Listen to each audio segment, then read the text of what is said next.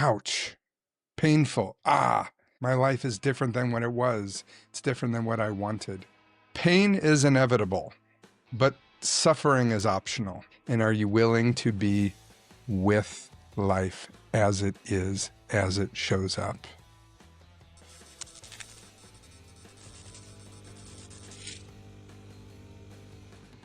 Hey, everybody, welcome to Fearful Giants, the podcast that's getting loud about something most leaders never talk about out loud, their fear. I'm Clay Stelzer, executive coach and founder of 1560, the executive coaching company. And every week I sit down with a founder, a CEO, or an executive leader to talk about the stuff they're not typically posting about on LinkedIn. However, today's a little different. Today I don't have a guest. Today you just got me. And I wanted to share a little bit about an experience I had this past week, and I suppose I'm still having. So I had surgery on Thursday. Without getting into all the weeds, I had a little mass removed from my bladder. And it turns out pathology came back that it was indeed cancer. Now, non-invasive cancer, not an aggressive form of cancer, and it was successfully removed. So theoretically, I'm cancer-free for the second time in my life. That said, it's a pretty big fucking deal when someone tells you you had cancer. And it's been a wild ride navigating this and watching myself navigate this as best I can. I had a catheter for 4 days. That came out this morning. Never had one of those before. That's a blast. Anyway, not fun. But that's what I wanted to talk about. All of us, all the time, have things occur to us that aren't fun. It's just part of the deal. One of my past guests, Sarah Laird, said, I think her quote was, if you want to make God laugh, tell him your plans. It's something like that, which it's not her quote. It's been around for a while, but I love it. And that's the story. Here we are. Today's Monday, March 2nd, and I'm 4 days post-surgery. And this is the life that is here for me. There's this saying that I love. I don't know who came up with it, but it's this idea that pain is inevitable, but suffering is optional. Here's what I mean by that. Clay, you have or had cancer. Like, ouch, like scary, fuck, all kinds of emotion. But if I'm 6 months from now still in that paralyzed state, that's where the suffering shows up. When I'm arguing with reality, when I'm wanting the world to be different than it is, that's when all of our suffering occurs. And this is something all leaders have to deal with. You know, all of a sudden there's tariffs. Shit, it's going to sting. It's going to be painful. But what are you going to do with that pain 6 months down the road? Or I've got my star salesperson that just quit, or fill in the blank. You all have things in your lives that aren't going as planned. You should expect that this plan that you have is not going to be what it will be.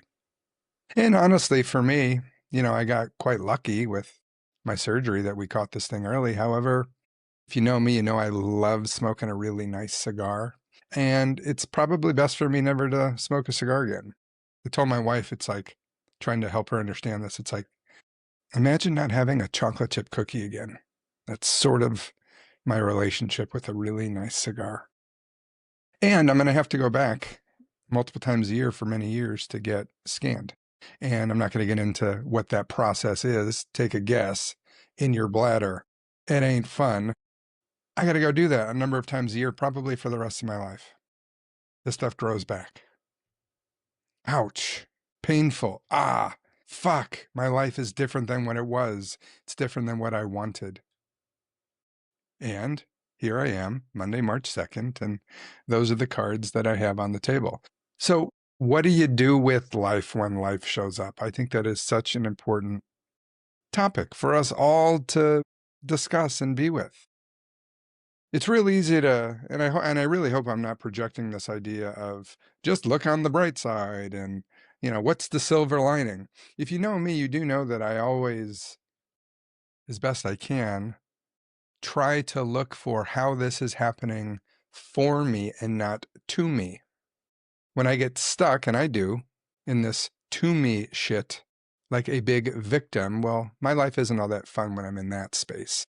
When I can see how this is for me, how did this show up perfectly for me to learn what I need to learn about myself or to be in the world in a certain way? Now, that is an intellectual idea that I think is really worth considering. And it's quite a practice that I have enjoyed for many years. But before we get into our heads when we have bad news around stuff like this, it's really hard to do that with any level of effectiveness until you feel all of what you have to feel around the pain you just experienced. And honestly, I'm still in that a little bit. I haven't allowed my body to move the sadness, to really be angry, to really be sad. I haven't allowed myself to mourn whatever experience with smoking cigars with my dearest friends, which is a thing. It has been a thing for years and years and years. I also understand things could be a whole lot worse. Turn on the news. But pain is relative, and we all have our pain, and et cetera, et cetera, et cetera. But I'm keeping the whole world.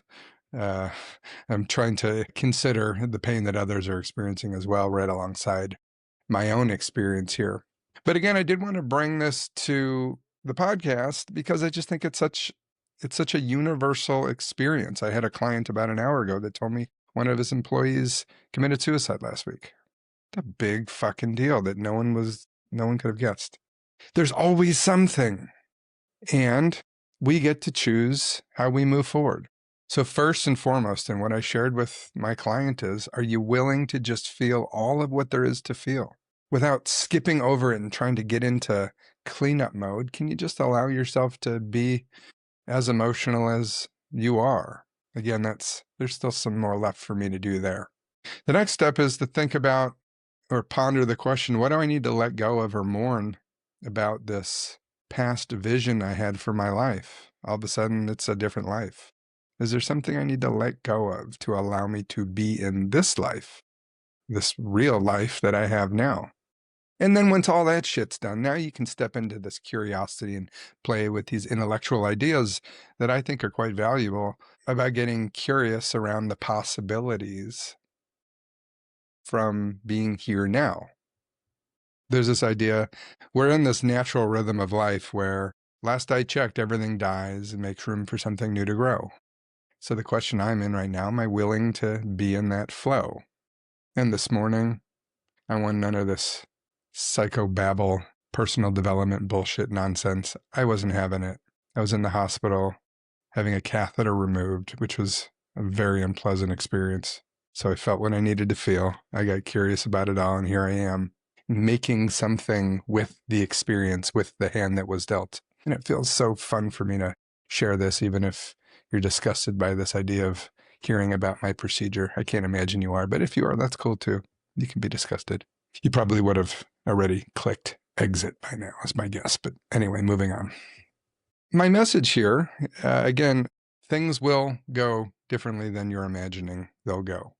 And are you willing to be with life as it is, as it shows up? Are you willing to feel all of what there is to feel? Are you willing to create a disconnection between this old vision or this old wanting of life to be a certain way? And can you get curious about the possibilities of something new? I haven't gotten that far yet. I imagine there will be all kinds of opportunities for me to make inappropriate jokes about catheters and bladders. I imagine I'll do some of that, maybe make some folks laugh. Who knows? I wonder what I can replace my cigar smoking adventures with something else. I don't know. Maybe if I'm not focusing on the taste or experience of a cigar, I can focus my attention on something else. I don't know. But that's for me to do. That's the work for me to do. And we all have that work. So if you're still here, thanks for listening. I appreciate it. I hope this was helpful in some way. Thanks for listening to the podcast. I'm having so much fun with it. It's been a real gift to me to be able to do this, share whatever I know, good or bad, take what you like and throw away what you don't. But I'm having such great conversations with some really lovely executives and leaders, and it's just been such a gift for me. So that's what I'm looking forward to, a whole lot more of that. Anyway, if you like any of this, please like, share, invite others to the conversation. When leaders have these kinds of conversations, we make it okay for others to also contribute to the conversation. And that's where beautiful, beautiful organizations and cultures are built. That's the upside here, in real deep connection. And so that's my hope that anyone takes away from this Fearful Giants podcast. So I'll look forward to seeing you next time. Thanks for listening. Be well.